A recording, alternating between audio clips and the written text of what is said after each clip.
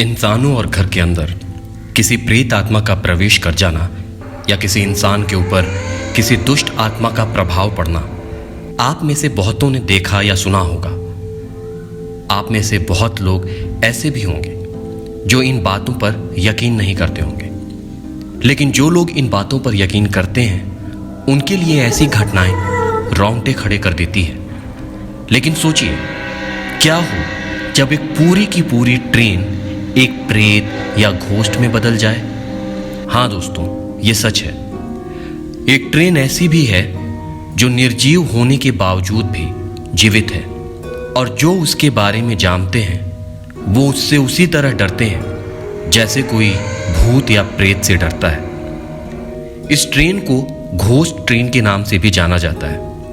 कई लोगों ने इस घोस्ट ट्रेन को देखने की बात कही है, लेकिन किसी को नहीं पता कि ये ट्रेन कहाँ से आती है और कहाँ गायब हो जाती है। इस ट्रेन के रहस्य का जवाब अभी तक किसी के पास नहीं है।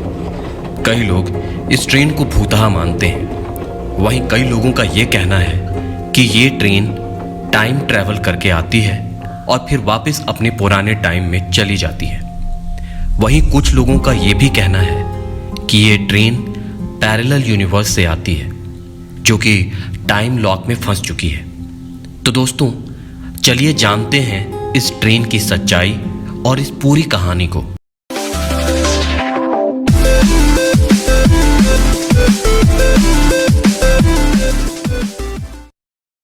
ये बात 14 जून 1911 की है।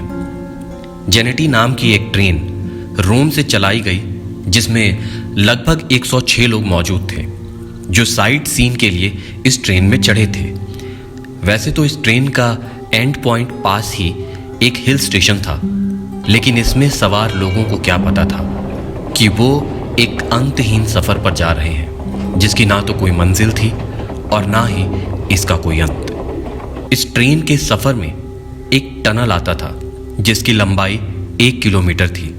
ट्रेन को उस टनल से होकर गुजरना था। ट्रेन उस टनल में एक छोर से अंदर तो गई, लेकिन बाहर कभी नहीं निकली। शुरू में लोगों को ये लगा कि ट्रेन उस टनल के अंदर खराब हो गई है। यही सोचकर रेलवे के कुछ लोग और रोमन पुलिस के कुछ लोग उस टनल में गए।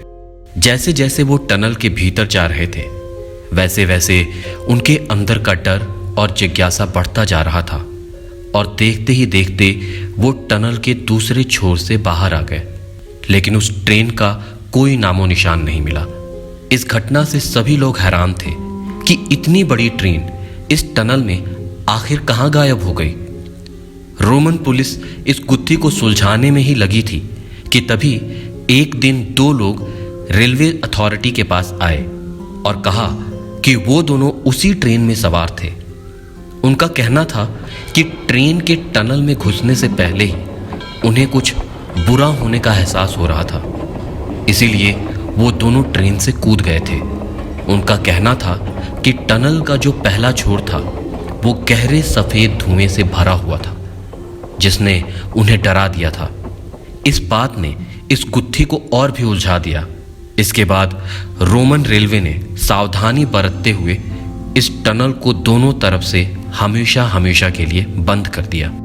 इस ट्रेन के परिजनों में से एक को एक ऐसी रिपोर्ट मिली जिसे जानकर सब दंग रह गए। इस रिपोर्ट के मुताबिक 1845 में मैक्सिको के एक पागल खाने में एक साथ 104 लोगों को भर्ती कराया गया था।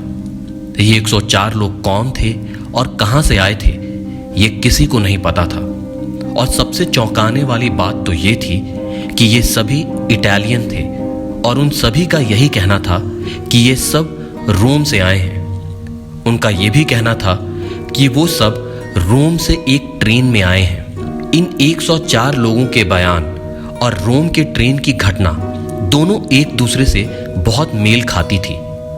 लेकिन सबसे हैरानी वाली बात ये थी, जो घटना खुद 1911 में घटी थी उससे जुड़े 104 लोग 1845 के समय में एक पागल खाने में कैसे हो सकते थे। इन सब का यह भी कहना था कि वो सब एक ट्रेन में रोम से यहाँ आए हैं। अब जरा इस बात की टेक्निकलिटी पर ध्यान देते हैं। रोम से मैक्सिको की दूरी 10,234 किलोमीटर है, जिसके बीच एक विशालकाय समुद्र है। ये बड़ी चौंकाने वाली बात थी कि भला एक ट्रेन इतनी लंबी दूरी पानी के रास्ते कैसे तय कर सकती थी।